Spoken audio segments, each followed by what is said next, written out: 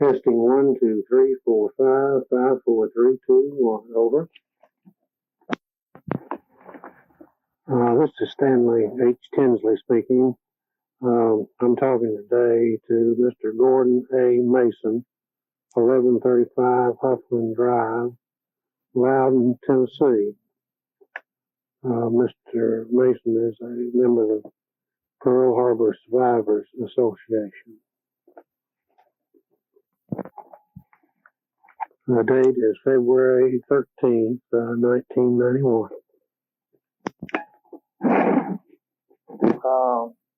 Mr. Mason, when did you join the service? December the 5th, 1939. Okay, you volunteered, didn't you? That's right. And you joined, did you join the Navy? Navy, right. Okay. Are you from this part of the country originally? Yes, I'm Madisonville, Tennessee, Monroe County. I'll say. Okay. Born and raised there. Did you go to high school down there? Madisonville. Remember what year you graduated from high school? Well, no, I didn't graduate from high school. I was one of the dropouts. Or if I wanted to, it was necessity. Yeah, My understand. My dad got hurt. I had to go to work. Right. So that, how long was that before 39? That was 1937. 37. Okay. Why did you join the Navy? Well, I lived on a farm and just an old poor boy. And I had to drop out of school because my dad was in a car wreck and he couldn't work for 2 years, and I had to go to work to support my sisters and five brothers and five sisters. So someone had to go to work except me. I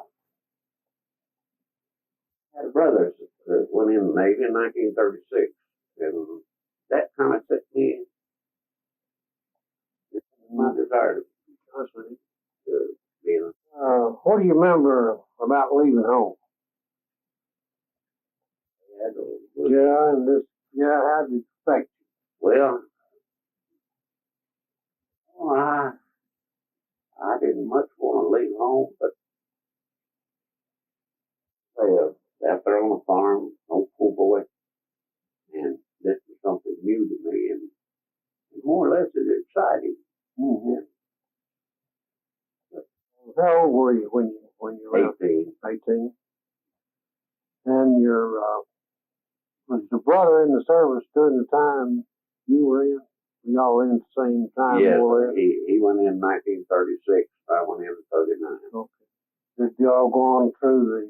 No, he was discharged in October 1941 before the war started, and he was a policeman in Long Beach, California, and they didn't call him back. But I did meet him before he was discharged. In the States, we're talking about just being, when you first got in. Tell me about the places they sent you and where you were trained and what you were trained for and that sort of thing. Well, they sent me to Norfolk, Virginia, boot camp, and I was born in December the 12th, and riding Norfolk, Virginia, 14th, and I was in company 98. Which is why I got 10 days leave home, went back, and I pulled military police up there.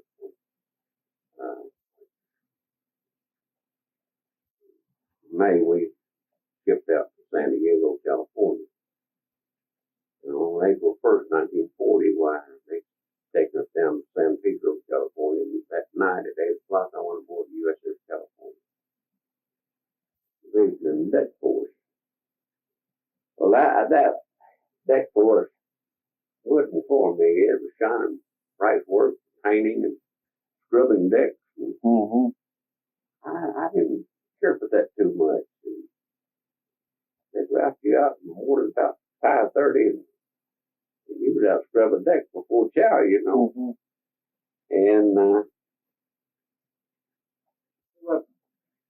my division officer asked us one day at a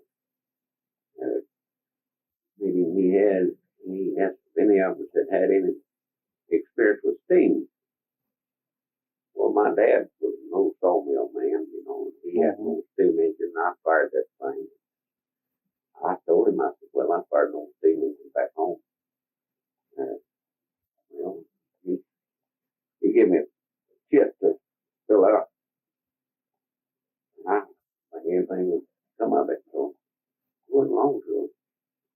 They come to me and said, you're in B division now, you're going to the boiler room. You know, it's just It's like it's better down there than on the deck. oh yeah, yeah. Yeah, I always liked mechanical. Okay, the training you got in the States, did they do a good job for it with you? Was it helpful? Well, you mean the training I got in boot camp? Yeah. Oh yeah, you're very helpful. It teaches you discipline, how to conduct yourself, Okay. and all those good things. Tell me again, the unit, let's see, what did you just call it, the part of the Navy you were in? I mean, you gave it a number, didn't you? I was thinking you did. Oh, you mean the battleship that was on? Yeah. The BB-44, Mm-hmm. the USS California, the old cruise body. Yeah, that's what they call it, the old cruise body. Why did they call it that? We had a lot of crews for that thing, and for a while, and someone just picked up that and give it to cruise barge. But the number was BB-44, and the division I was in was B division, I which see. was the boiler room. Okay. Tell me what you did in the boiler room. What were you doing? I fired a boiler. We did all of the maintenance and everything through the boiler. If there's any, I fired this thing. Well, back in those days, let's see, what was it? Was it oil fired? Yes, I see. Okay. it was oil fired. And obviously, the horsepower of the boiler was 29,000 horsepower.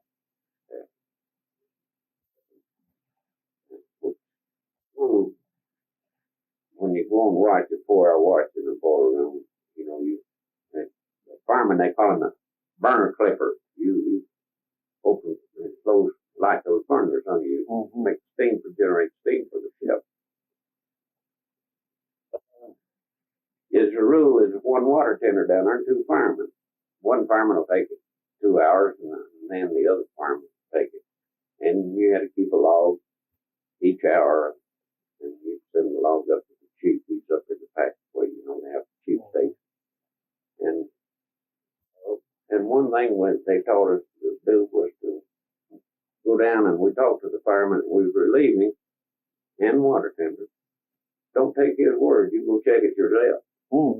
And that's why we never had any blow ups like they did to Iowa and other ships, because we didn't take him at his word. Not that we disputed it, but it's a double standard of safety. We check it out ourselves, and then we write I see. the report. What happened to the Iowa? It was a blowback in my turret, you know, and it blew that turret off. It killed one. Oh yeah. When I was deck force before I transferred down to B division black game, I was in the turret myself. I was number 4 on the California. Were the people from different parts of the country working with you on the ship there? Yeah, my water tender was, incidentally, he was up to visit me. It's been about 2 years ago. He lived at that time at Monk's Corner, South Carolina. He's in Newcastle, Indiana now. His name was Henry Dominic. And other firemen with me, sometimes they rotate them. Sometimes I was with Steele, and incidentally, Steele made water tenders, moved up where they bombed us. And Rogers, Martin. But the 2 men that I worked with closest with was Dominic and Steele. And but Henry Dominic got transferred back to the States in 29th, I believe it was 28th, 29th of November, just before that happened. And he was in a rowing crew, you know, and they wanted him back in Puget Sound. So, and he was my water tender, and he and I stood watching together. And incidentally, it's true they put two firemen down there. Well, they put Henry and I down there, just two of us, and I kept to watch 4 hours for myself, and it was punishing me for something. And Mr. Nate was the chief engineer. I mean, he was the officer over the whole engineering department. And incidentally, Mr. Naquin was the skipper of the Squalus that sank up here off the East Coast. Yeah, I remember that. Well, he's the first man that used the diving bell. Is that right? Yeah, I talked to him about it. He come up in it first from the sub up, and then went back down on the sub to stay until all of his men were back. And he was a good man, Mr. Naquin. Well, I had duty up at the chief station one night. They kept a man up there. He answered the phone and clean burners and run errands. And I was back there cleaning the burner tips. Mr. Nathan walked back there and he was watching me, and he got to ask me different questions. The burner tips, you know, the way they're made, they throw oil in there in a swirl, you know, to make it burn, make a mist out of it. He was asking me about different sizes. He questioned me for sure, and I said, well, I said about Dominic and I standing watching together, there's two of us, and I said, what have I done to deserve this? He said, you haven't done anything. Reason, because I haven't done anything. He said, no, sir. He said, keep your record clean. He said, you're fine. And I said, well, I just want to know. He said, we find out if a man can handle it. We'll do this. And I said, well, I appreciate your confidence, but I said, now too, I said, I have put in for Asiatic duty, the Asiatic fleet, which you get time and a half when you go over there. You turn my request up for someone, and he said, yes, and we send our deadheads to China. I said, I'm going to be your biggest deadhead you got. He said, no, don't do that. So don't mess your record up. But Mr. Naquin was a fine gentleman. Yeah, he was the first man out of the Squalus in the bell, and he went back down. Yes, he was the first to use the diving bell. He went back down the state. Incidentally, he was on the Portland after Pearl and heavy cruiser. In November 23rd, out there at Guadalcanal, they tell me, now I don't know this, I didn't say there, wasn't there. They tell me Mr. Naquin was killed there. I don't know. I don't know that to be true. I would like to know. But when did you leave the States? I left the States immediately after going back, must have been April 2nd, 1940. So we went aboard April the 1st, 1940, in Long Beach, San Pedro, California. We left the next day for Pearl Harbor. Okay. And I got there off and on. And we come back to the States. We from Remington Navy Yard for a while. Had decks put on the ship, overhaul the boards, not that sort of thing. And then back to Pearl Harbor. And then we go out to Gilda Island. Went to the Philippines. And right on the California at that time. What was the California? It's a battleship. Battleship? Yeah. Okay. That's right. They're all named after states, aren't they? That's right. USS California, BB-44. Okay. Tell me about Pearl Harbor when it was attacked by the Japs, December 7th. Were you there? Yes, I was there. In the harbor? I was got up, beat chow, and went below and relieved security watching the engineering passageway. And let them come up, beat chow. And I just looked up as when the bell started ringing, and I said, well, what are they trying to pull here on Sunday morning? And so he came over the intercom, ordered to open fire. And they didn't say nothing about no drill or anything. They said open fire, and the first torpedo hit us. I expect to hear a big bang, but I didn't hear no big bang. I heard something go whoop. And then the old battleship just rocked. And then another one hit us, and it just rocked. That thing just rocked back and forth. Of course, I started unlocking the boiler rooms. I had the keys to all of them because they all was closed off, except one, and that incidentally was mine. Was on auxiliary number 7. And unlocking the boiler room, the chief come along. I was down at number 5, and the big ring of keys I had, I couldn't find the key for that. So I just took the dog wrench and busted that lock, and the chief relieved me, then told me to go to my boiler room, and I went down to number 7, and they I don't know where all these fellas come from, but they were 6 or 8 down there. Maybe they were hunting a hole to get in, but Chief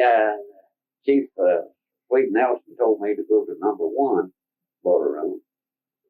Told me and another kid to go down there, and that White Socket, the water tender up there, and had water in his oil. He couldn't get his boiler lit off. And they were trying to drain it and cure it out in a 5-gallon bucket. He said, go down there and help. Well, I went in there, and White Socket told me, he looked around at me, and he was white as paper. And he said, Mason, get out of here. This SOB's going to blow. And I went back up in the engineering passageway, and about halfway down, which that passageway is about 60 feet long.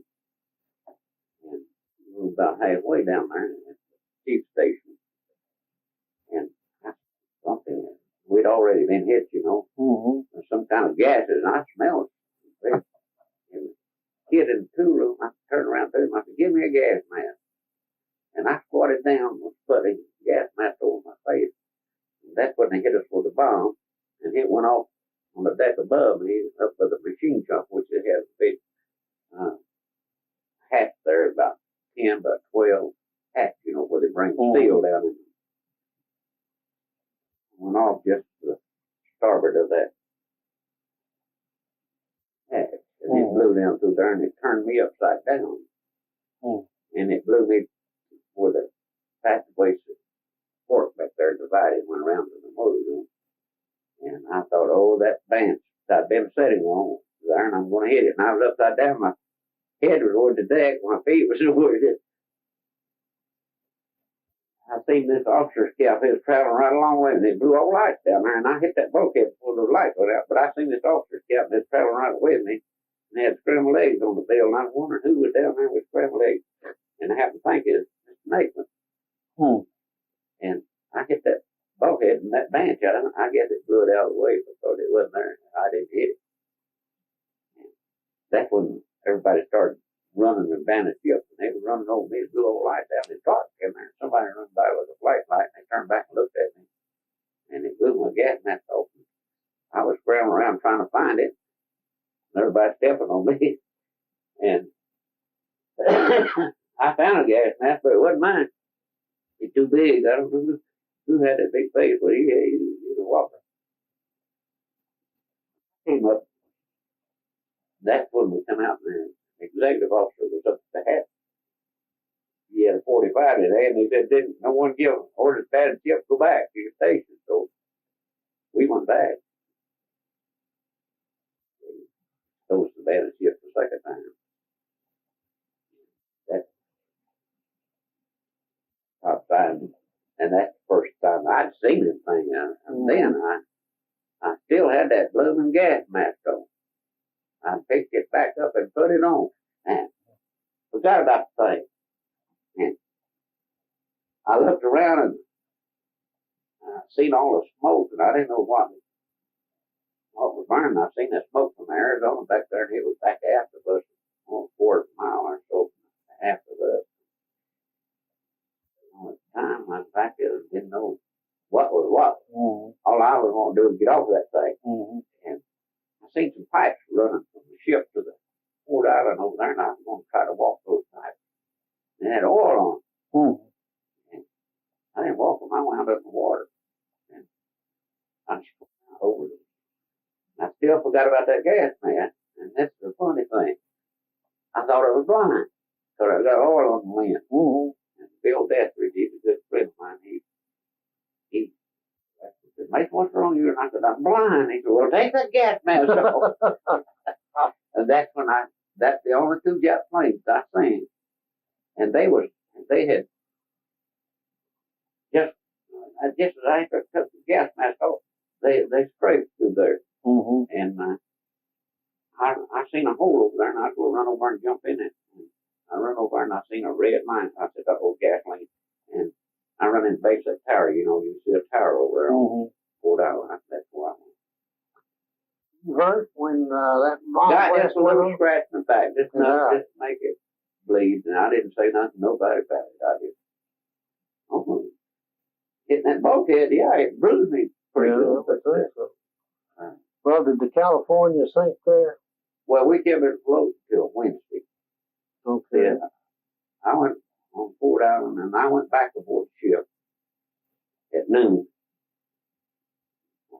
Boarded till midnight and run a pump. We put lines and pump water out. And then too we had crews, and I did too. I went below.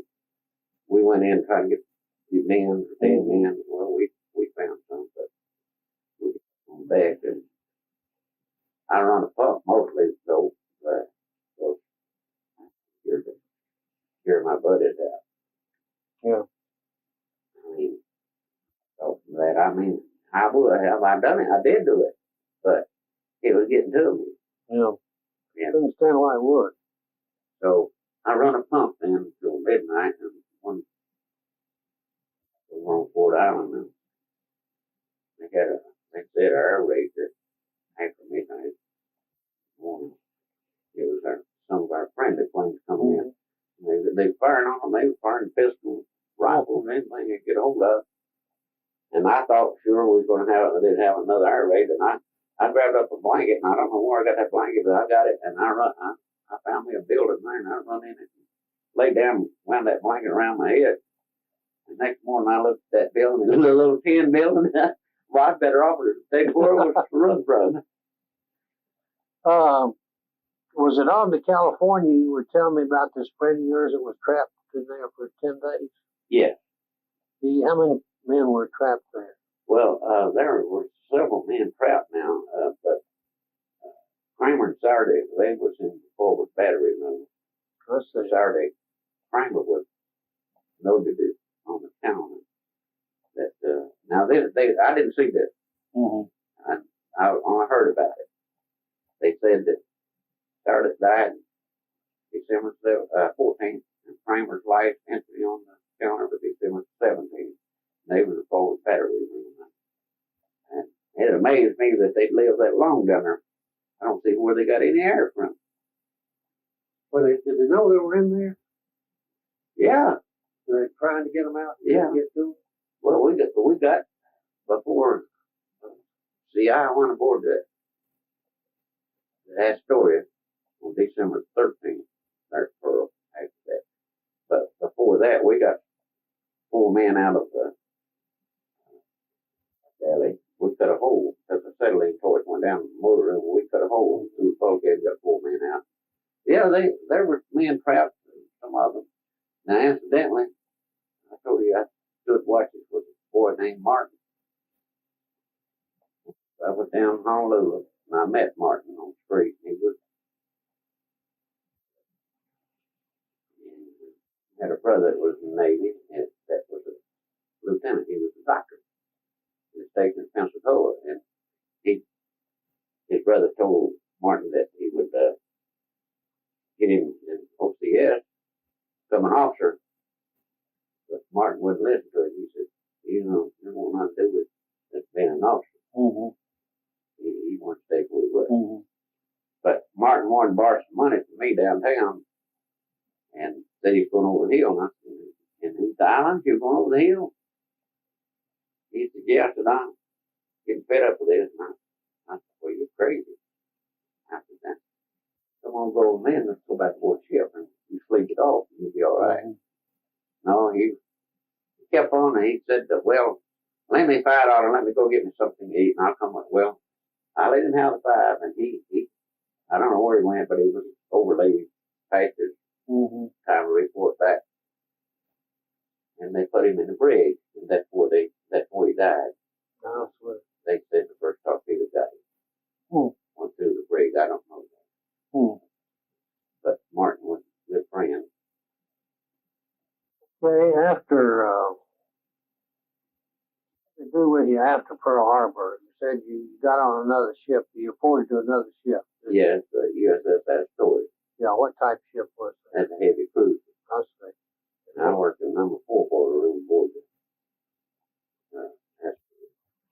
And incidentally, they sunk it at Guadalcanal on 9th, 1943, 1942. I'm going to get a year ahead of myself.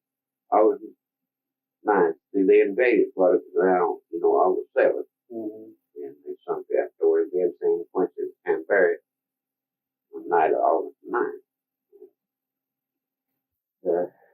Were you on the ship then? Yeah. The ship when it was sunk at Guadalcanal. I was on that story saying I stood on deck, up on A deck, and watched 2 ships go down. I told him, I said, I stood on up top deck, up on deck. I didn't say A deck because there's no way A deck was full of warship. I stood up on top deck and watched the Lexington go down. I watched it burn because I was on watch when below deck when it got hit, and I got relieved. I come top side, Lexington was burning, and I was smoking.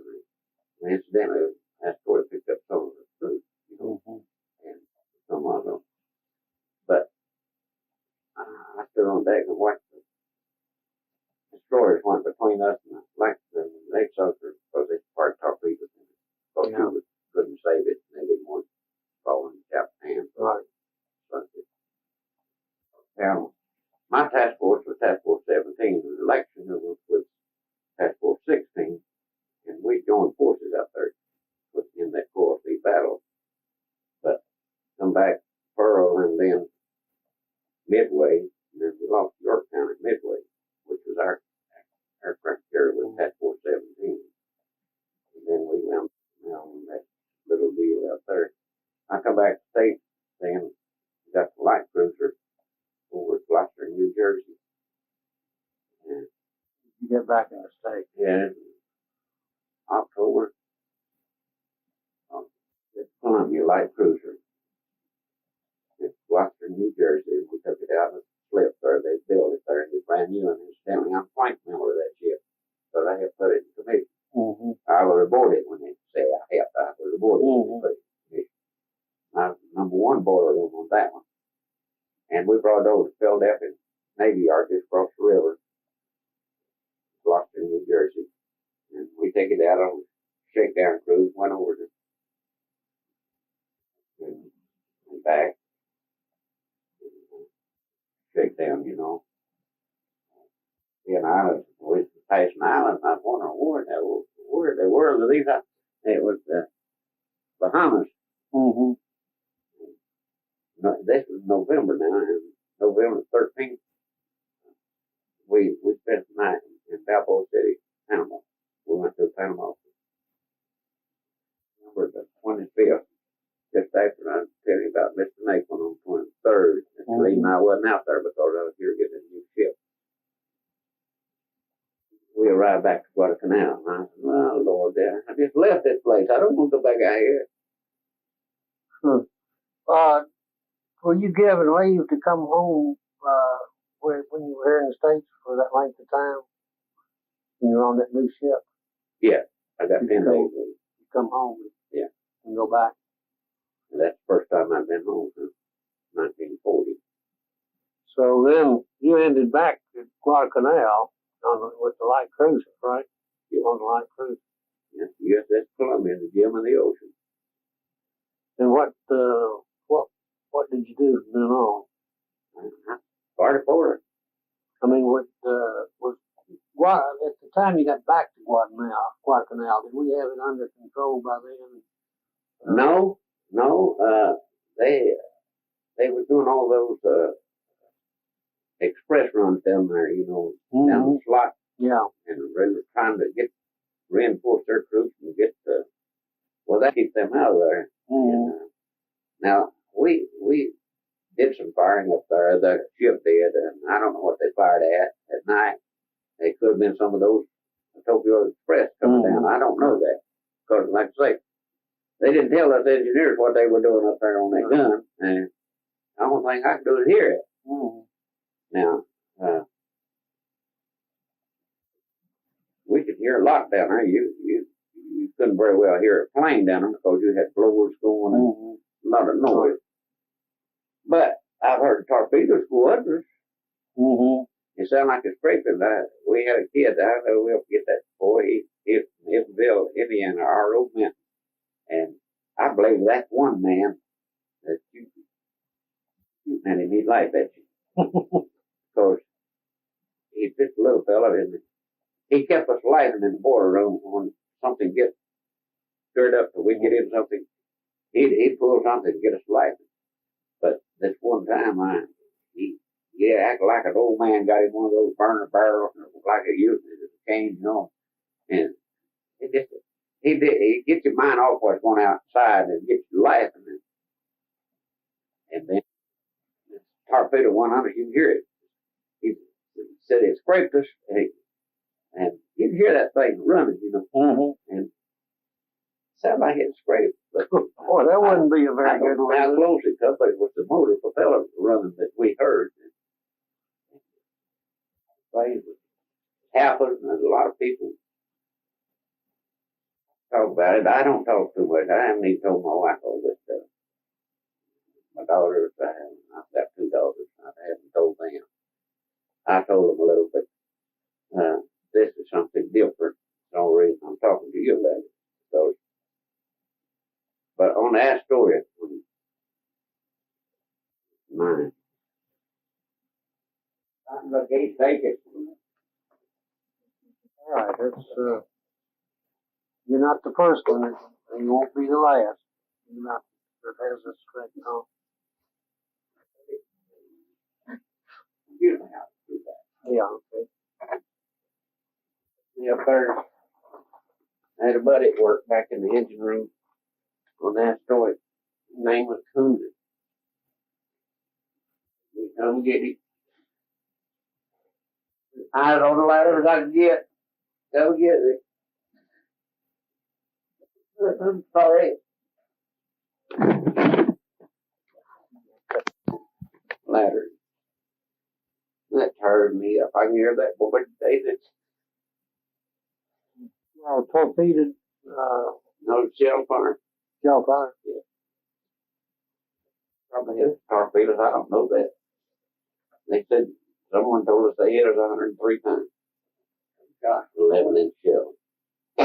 Starting with Pearl Harbor, you were right in the thick of it the whole time, weren't you?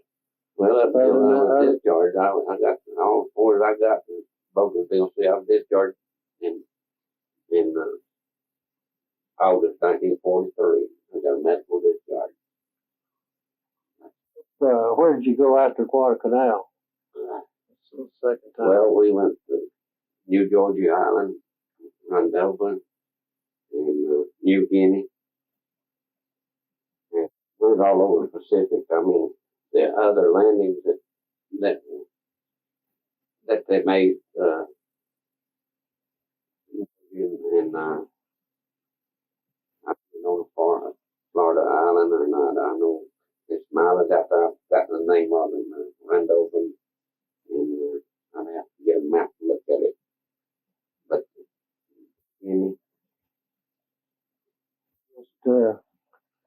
you were one of those islands right after the other, then weren't that they were invading? yes, they just go from one to the other, and some of them I missed, and I'm glad of that. But not that I wanted to put it off on someone else, but anybody that said he wanted to go up there, he's crazy.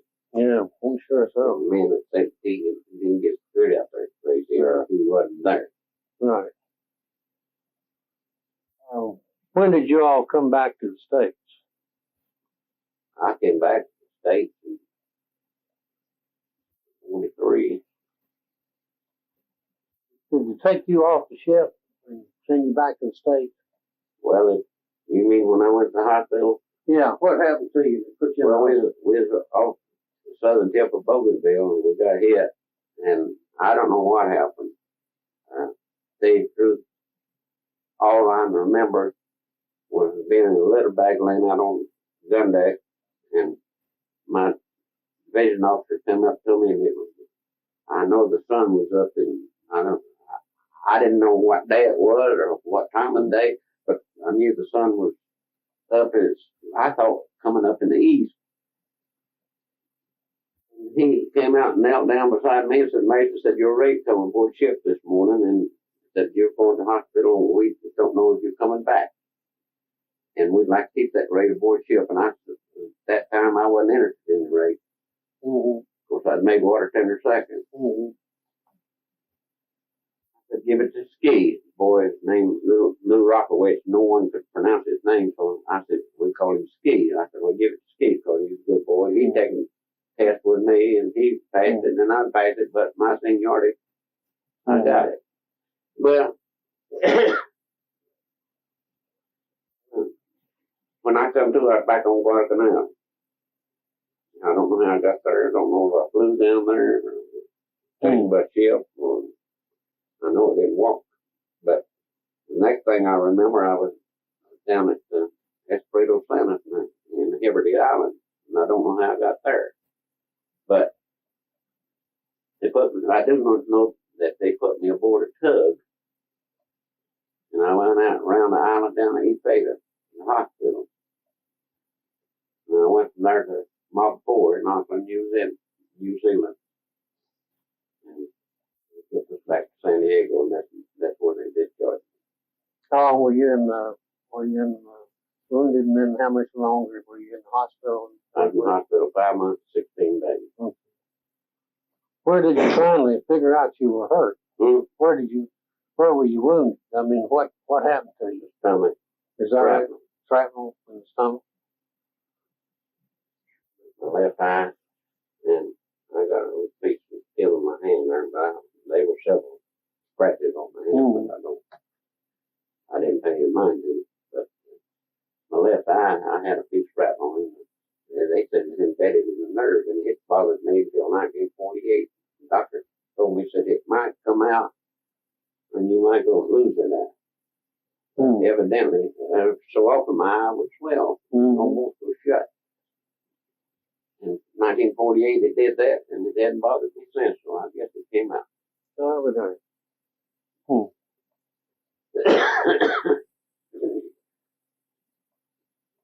See. You got out, say you were discharged in 43? 43, yeah. Okay. Civilian life, right? Even though you wanted to stay? I wanted to stay, but they scared me, and I know now they did that. Yeah, just scaring you, I guess. Because the war was winding down, and they knew it, and they were going to get rid of all these men. And I told them, I said, well, you've got men here that riding these trains as SPs, and pick up these guys' overlays and try to get out, go home. I said, let me do that. I can do that. The fellow out there riding that train go over there and get some taste of this thing. And they said, no, you're disqualified for sea duty. And I could ride that train. They said, no, you're disqualified for sea duty. We're going to let you go home. What did you do after you got back out of the service? What did you keep doing? Well, first thing I did, I married her. And she's still around. And then I went to typewriter school in Knoxville, and I'm a typewriter mechanic. I see. Trade.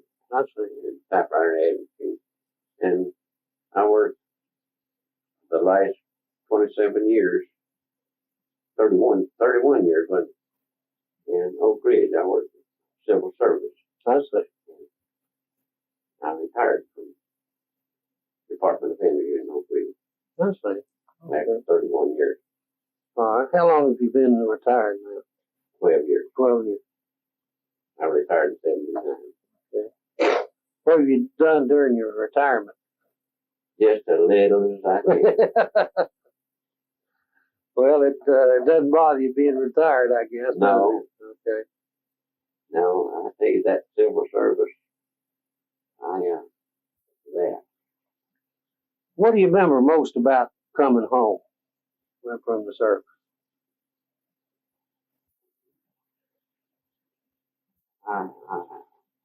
Way I felt guilty. Lord, you didn't need to feel guilty. Well, I left so many friends, buddies over there. I thought I was running off leaving them. I just had that. I was wanting to get out of that mess down there. Mm-hmm. I didn't want more. I had all I wanted. But I felt like that I left so many friends and my buddies down there that I was deserting them.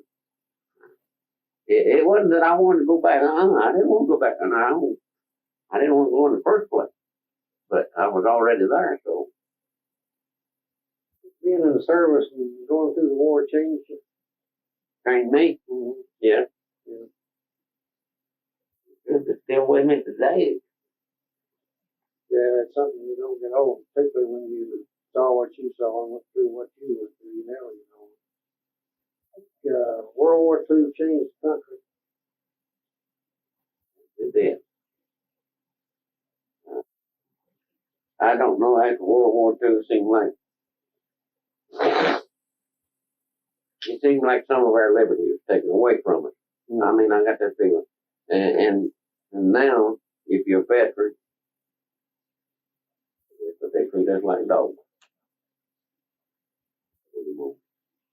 Although, that's what burns me up with it, because we went over there, we offered to give our life for it, for our country, and our people. The government turned their back on us. Yeah, that happened in the First World War too, you know. Well, And it's happened to... that's politics. Right. If a man, they ought to fight these wars, they ought to take these politicians, put them out there and let them fight each other. Let them fight that other country's politicians. And let them get a taste of it. I know that some of their politicians been over there and they have been through some of it. But I don't see why they fall in with this other clique up there that won't take our freedom away from us. I mean, we just don't have the freedom that we want time. Dead and they can lie to us. Yeah, you know, if they will limit the terms, that's what it's going to take. That's what it's going to take to get all those money, crazy, grabbing. You know, they get up there, they get involved. They get involved. Get their hand in it and they won't turn loose. No, they won't. And the only way we make it profitable for them is if we limit the terms, that'll do it. Well, when they first go up there, they're good sales. That's right. And then they are so crooked. Yeah, that's the darn shame. But that's the way it is. Well, you have really met the other one in their bows this way. Is that they was going in circles. But we was out at Anawita and Whiteman. You know, they were there too. Oh, yeah. But, you know, trucks and yap. South of the Philippine Islands, there between Philippines and Guadalcanal, those islands down there. My task force 17 was Yorktown, you know. We'd go around and they'd send planes in and bomb trucks. Mm-hmm. That's a big base of like yeah. They'd bomb trucks and then we'd go by and bombard it at night. And go around and hit it's another base and come around and hit Lake New Guinea. And we made that circle 3 times before the Coral Sea battle. Good God. And we'd come down the coast of New Guinea, hit Lake New Guinea, and then go around south of Guadalcanal, and then go back up and hit trucks and come over and hit and go back down and hit Lake New Guinea. One thing I've been meaning to ask, did they not, did the the people in charge, did they not keep you all informed as to where you were and when who you were fighting and that sort of thing? Just didn't tell you anything? No. They didn't tell us down there. Yeah. Now, they may have told us outside. I don't know about that. If they didn't tell you all anything. In the border room, they didn't say, well, now we're at Bogersville or we're no, they didn't tell us that. The only thing we did is answer the bell down there, flank speed, half speed, or quarter speed, whatever. And we didn't know where we were. I guess you wondered a lot of times where you were and what you were doing, didn't you? I told my division officer one time up there the boat, they were going to run us through there one night, and a couple of British ships beat us in there. They didn't make it. And I thought,